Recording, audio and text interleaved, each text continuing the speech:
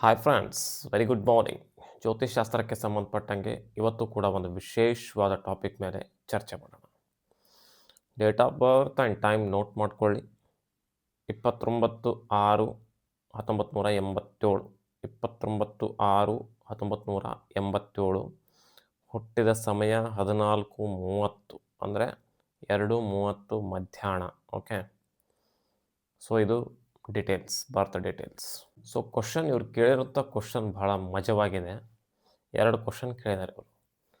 Question number 1, ನಾನು $1 trillion ವ್ಯಕ್ತಿ ಆಗಬಹುದೇ ಮತ್ತು ಅದಕ್ಕೆ ಗೌರ್ಮೆಂಟ್ ಜಾಬ್ ಸೂಕ್ತವೇ ಅಥವಾ ಪ್ರೈವೇಟ್ ಜಾಬ್? $1 ಟ್ರಿಲಿಯನ್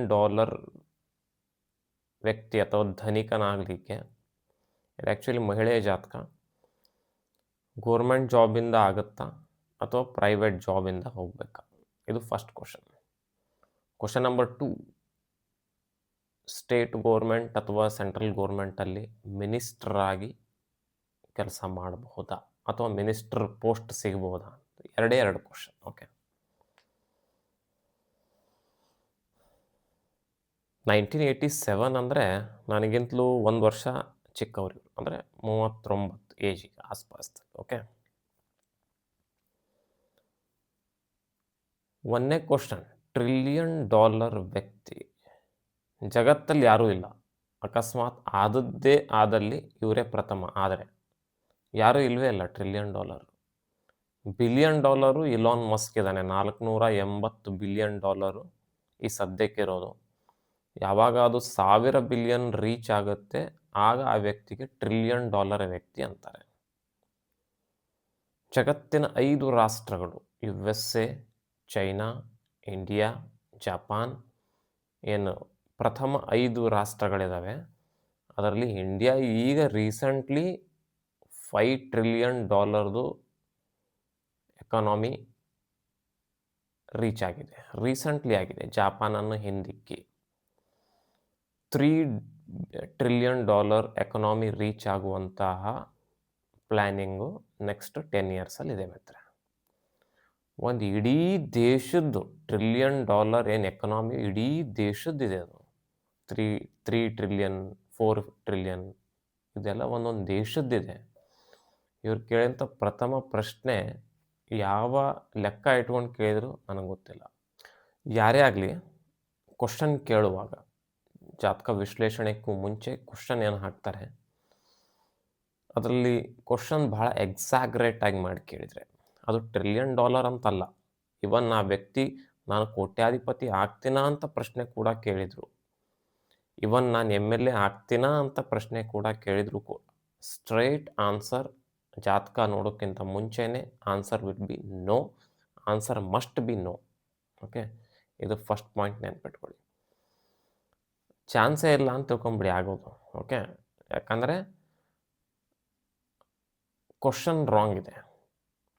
ಕ್ವಶನ್ ಯಾವಾಗಲೂ ಕೂಡ ಸಿಂಪಲ್ ಆಗಿರಬೇಕು. ಸರ್, ನಾನು ಫೈನಾನ್ಷಿಯಲಿ ಅಪ್ಗ್ರೇಡ್ ಆಗಬಹುದಾ ಅಥವಾ ನನ್ನದು ಸ್ವಲ್ಪ ಸೋರ್ಸ್ ಆಫ್ ಇನ್ಕಮ್ ಸ್ವಲ್ಪ ರೈಸ್ ಆಗಬಹುದಾ? ಇಷ್ಟು ಸಿಂಪಲ್ ಕ್ವಶನ್ ಕೇಳಿದರೆ ಆ ವ್ಯಕ್ತಿ ಆಗೇ ಆಗ್ತಾನೆ ಅಂತ ಅರ್ಥ.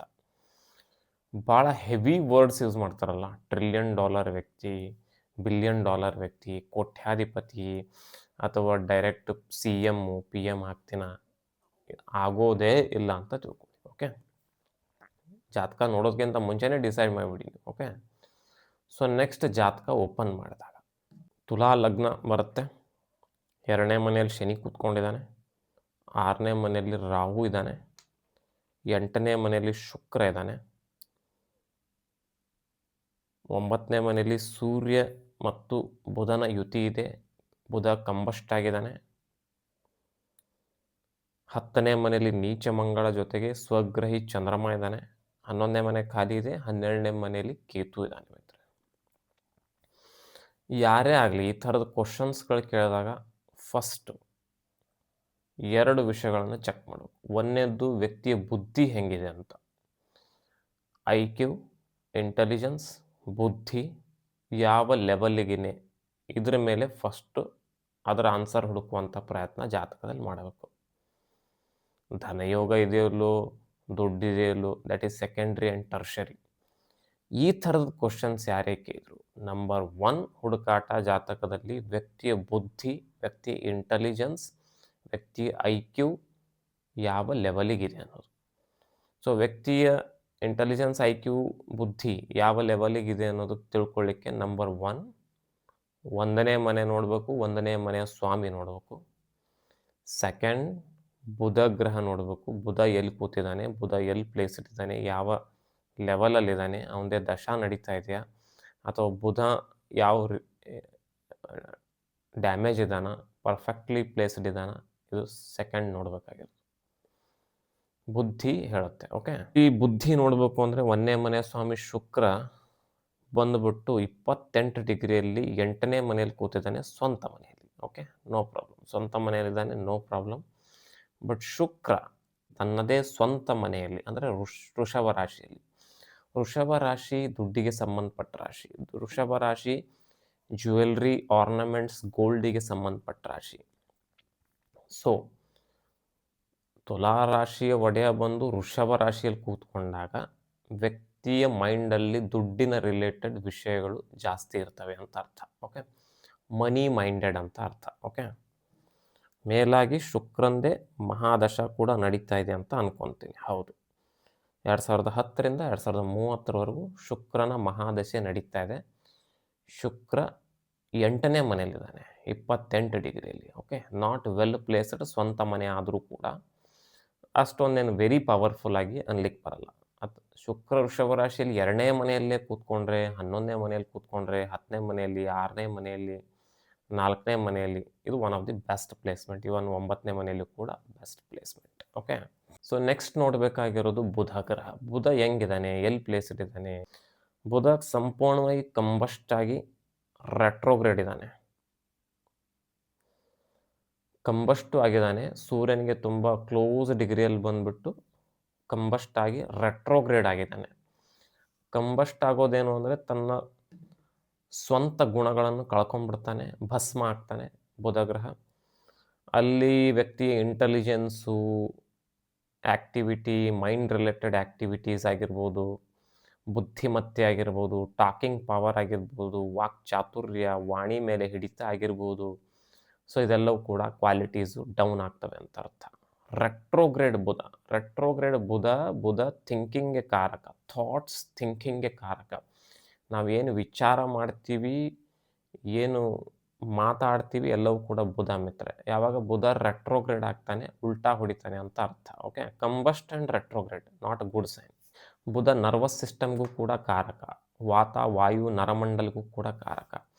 ರೆಟ್ರೋಗ್ರೇಡ್ ಆ್ಯಂಡ್ ಕಂಬಸ್ಟ್ ಬುಧ may be central nervous system ಮೇಲೆ ಎಫೆಕ್ಟ್ ಮಾಡ್ಬೋದು. So over thinking, negative thoughts ಮತ್ತು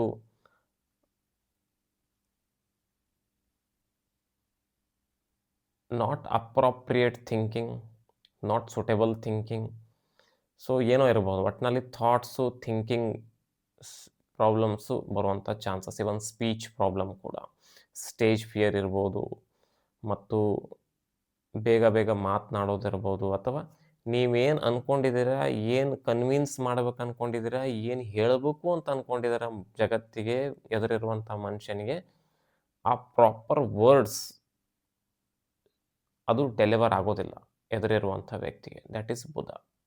ಸೊ ಬುದ್ಧಿ ನೋಡಿದ್ವಿ, ಒಂದನೇ ಮನೆ ಸ್ವಾಮಿ ನೋಡಿದ್ವಿ, ಬುಧ ನೋಡಿದ್ವಿ. ಓಕೆ, ನೆಕ್ಸ್ಟ್ ಪಾರ್ಟ್ ನೋಡೋದು, ಯಾವುದಾದ್ರೂ ಗ್ರಹ ಜಲೀಯ ರಾಶಿಯಲ್ಲಿ ಕೂತ್ಕೊಂಡಿದೆಯಾ ಅಂತ. ಜಲೀಯ ರಾಶಿ ಯಾವುದು? ಕರ್ಕ ರಾಶಿ, ವೃಶ್ಚಿಕ ರಾಶಿ ಮತ್ತು ಮೀನರಾಶಿ. ಮ್ಯಾಕ್ಸಿಮಮ್ ಗ್ರಹಗಳು ಜಲೀಯ ರಾಶಿಯಲ್ಲಿ ಕೂತ್ಕೊಂಡ್ರೆ ವ್ಯಕ್ತಿ ತುಂಬ ಡ್ರೀಮಿ ಆಗಿರ್ತಾನೆ. ಬರೀ ಡ್ರೀಮ್ಸ್ ಇರ್ತದೆ. ಅಲ್ಲಿ ವಾಸ್ತವಾಂಶ ಸ್ವಲ್ಪ ದೂರನೇ ಅಂತ ಅನ್ಬೋದು. ಕನಸು ಕಾಣೋದು, ಡ್ರೀಮಿ ಇರೋದು, ಸುಂದಾಗಿರೋದು, ಸುಸ್ತಾಗಿರೋದು, ಮತ್ತು ಒಬ್ಬನೇ ಇರೋದು, ಒಬ್ಬನೇ ಏನೋ ಇಂಟ್ರೋವರ್ಟ್ ಆಗೋದು, ಇವೆಲ್ಲವೂ ಕೂಡ ಜಲೀಯ ರಾಶಿಗೆ ಸಂಬಂಧಪಟ್ಟದ್ದು. ಸೊ ಅದೇ ಕಾರಣಕ್ಕೆ ಮೋಕ್ಷಕಾರಕ ಹೌಸಸ್ ಕೂಡ 4, 8th ಆ್ಯಂಡ್ 12th ಹೌಸಿಗೆ ಹೇಳಿದ್ದಾರೆ ಮಿತ್ರೆ. ಮೋಕ್ಷಕಾರಕ ಧ್ಯಾನ, ಯೋಗ, ಆಯುರ್ವೇದ, ವೇದ, ಉಪನಿಷತ್ಗಳು, ಒಂದು ಅಷ್ಟಾಂಗ ಯೋಗ ಇವೆಲ್ಲವೂ ಕೂಡ 4th, 8th, 12th ಸಂಬಂಧ. ಓಕೆ. ಅದರಲ್ಲಿ ಜಾಸ್ತಿ ಪ್ಲಾನೆಟ್ಸ್ ಇದ್ದವರೇ ಈ ಥರದ್ದು ಫೀಲ್ಡನ್ನು ಚೂಸ್ ಮಾಡ್ಕೋತಾರೆ. ವೈರಾಗ್ಯದ ಭಾವನೆ ಇರ್ಬೋದು, ಇವೆಲ್ಲವೂ ಕೂಡ 4th, 8th and 12th house ಕಾರಣ. And 4th, 8th and 12th ರಾಶಿನೇ ಕಾರಣ. ಸೊ ಈಗ 4th ಏನು ಕೂತಿದೆ?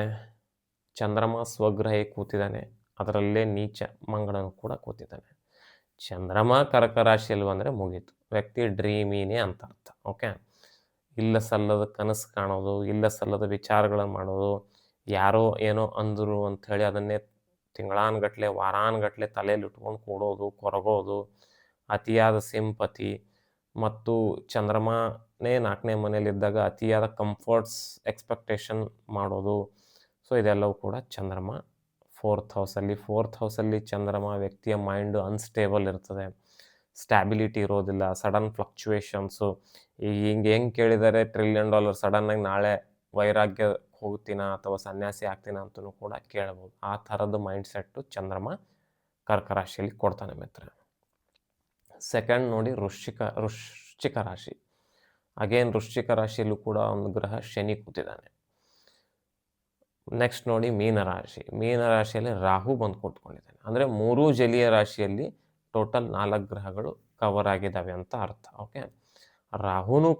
ರಾಹು ಮೊದಲೇ ಒಬ್ಬನೇ ಎಲ್ಲೇ ಕೂತ್ಕೊಂಡ್ರೂ ಕೂಡ ಒಂದು ಭ್ರಮೆ, ಇಲ್ಲ ಸಲ್ಲದ ವಿಚಾರಗಳು, ಕೆಲಸಕ್ಕೆ ಬಾರದ ವಿಚಾರಗಳು ಮಾಡಿಸೋದು ರಾಹು. ಅಗೇನ್ ರಾಹು ಬಂದು ಮೀನರಾಶಿಯಲ್ಲಿ ಕೂತ್ಕೊಂಡಾಗ ಭಾಳ ವ್ಯಕ್ತಿ ಡ್ರೀಮಿ ಆಗ್ತಾನೆ ಅಂತ ಅರ್ಥ. ಓಕೆ. ನೋಡಿ, ಇವ್ರು ಕೇಳಿರೋಂಥ ಪ್ರಶ್ನೆ ಸಂಪೂರ್ಣವಾಗಿ ರಾಂಗು, ಈ ಥರ ಕೇಳಬಾರ್ದು, ನಾನೇನೋ ಒಂದು ಮಜಾಕ್ ಮಾಡ್ತಾಯಿದ್ದೀನಿ ಅಂತ ನೀವು ತಿಳ್ಕೊಬೇಡಿ. ಬಟ್ ರಿಯಲಿಟಿ ಹೇಳ್ತಾ ಇದ್ದೀನಿ ನಾನು. ಓಕೆ. ಕ್ವಶನ್ ಯಾವ ರೀತಿ ಇರಬೇಕು? ಸರ್, ನಾನು ಫೈನಾನ್ಷಿಯಲಿ ಅಪ್ಗ್ರೇಡ್ ಆಗ್ತೀನಾ, ಅಥವಾ ಫೈನಾನ್ಷಿಯಲಿ ಒಂದು ಸ್ವಲ್ಪ ಸ್ಟೇಟಸ್ ಅಥವಾ ಇನ್ಕಮ್ ಜಾಸ್ತಿ ಆಗ್ಬೋದು ಅಂದರೆ ಯಾವಾಗ ಆಗ್ಬೋದು? ಯಾಕಂದರೆ ಜ್ಯೋತಿಷ್ಯ ಒಂದೇ ಆ್ಯಂಗಲಲ್ಲಿಲ್ಲ. ನಮ್ದು ಏನು ಲೈಫ್ ಇದೆ, ಓನ್ಲಿ ಜ್ಯೋತಿಷ್ಯದಿಂದ ನಡೆಯೋದಿಲ್ಲ. ಜ್ಯೋತಿಷ್ಯ is A part of life. ಅದೊಂಥರ ದಿಕ್ಸೂಚಿ ಇದ್ದಂಗೆ, ಅದೊಂಥರ ನಿಮಗೆ ಗೈಡ್ ಮಾಡುತ್ತೆ. ಯಾವ ಏರಿಯಾದಲ್ಲಿ ಹೋಗಬಹುದು, ಯಾವಾಗ, ಯಾಕೆ, ಯಾವ ಗ್ರಹ ಅದಕ್ಕೆ ಕಾರಣ. ಸೊ ಒಂದು ಪಾರ್ಟ್ ಆಫ್ ಲೈಫ್ ಇದು. ಬಟ್ ಜೀವನ ಏನು? ಜೆನೆಟಿಕ್ಸ್, ಪ್ರಾಕ್ಟೀಸ್,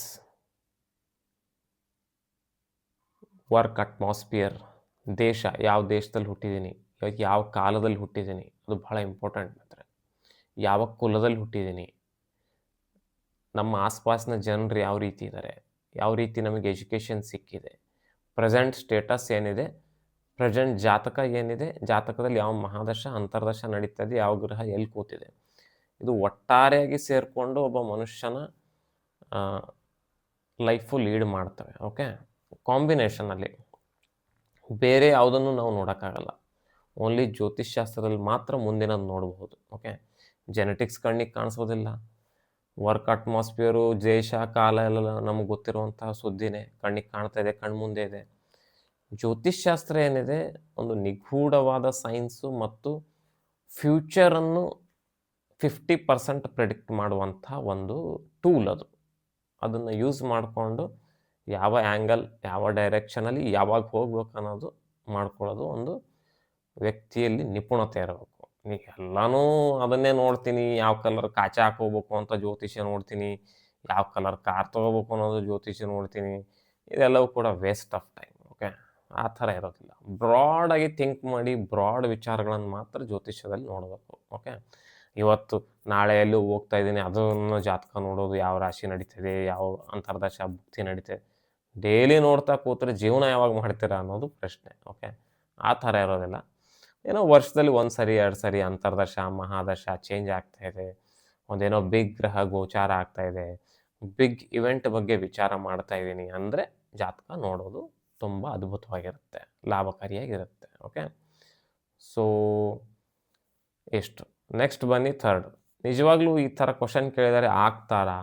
ಖಂಡಿತವಾಗೂ ಇಲ್ಲ, ಸಾಧ್ಯನೇ ಇಲ್ಲ. ಓಕೆ. ಜಾತಕದಲ್ಲಿ ಅಂತೂ ಆ ಯೋಗ ಅಂತೂ ಇಲ್ಲ. 2nd lord, 11th lord are very weak. 2nd 11th ಲಾರ್ಡ್ಸಿನ ಎಕ್ಸ್ಚೇಂಜ್ ಇಲ್ಲ, ಪರಿವರ್ತನೆ ಹೋಗಿಲ್ಲ. 2nd ಆ್ಯಂಡ್ 11th ಲಾರ್ಡಿಂದು ಕಂಜಂಕ್ಟ್ ಆಗಿ ಒಂದೇ ಮನೆಯಲ್ಲಿ 2 ಅಥವಾ 11ನೇ ಮನೆಯಲ್ಲಿ ಕೂತ್ಕೊಂಡಿಲ್ಲ. ಇವನ್ ಅಷ್ಟೊಂದೇನು ಪವರ್‌ಫುಲ್ಲಿ ಪ್ಲೇಸ್ಡ್ ಗ್ರಹಗಳಿಲ್ಲ ಮತ್ತು ಮಹಾದಶನು ಶುಕ್ರನ್ ನಡೀತಾ ಇದೆ. ಓನ್ಲಿ ಅದು ಮಿಮಿಕ್ ಮಾಡ್ತಾ ಇದೆ ಒಂದು ಥರ ಡ್ರೀಮ್ ಥರ. ಬಟ್ ಆ್ಯಕ್ಚುಲಿ ರಿಯಾಲಿಟಿಯಿಂದ ದೂರ ಅದು ಅಷ್ಟೇ. ಓಕೆ. ಸೊ ನಿಮಗೂ ಕೂಡ ಜ್ಯೋತಿಷ್ ಶಾಸ್ತ್ರಕ್ಕೆ ಸಂಬಂಧಪಟ್ಟ ವಿಶ್ಲೇಷಣೆ ಬೇಕಾದರೆ ಕೆಳಗೆ ಕೊಟ್ಟಿರುವಂಥ ವಾಟ್ಸಪ್ ನಂಬರ್‌ಗೆ ಮೆಸೇಜ್ ಮಾಡಿ ಅಪಾಯಿಂಟ್ಮೆಂಟ್ ಬುಕ್ ಮಾಡ್ಕೊಬೋದು.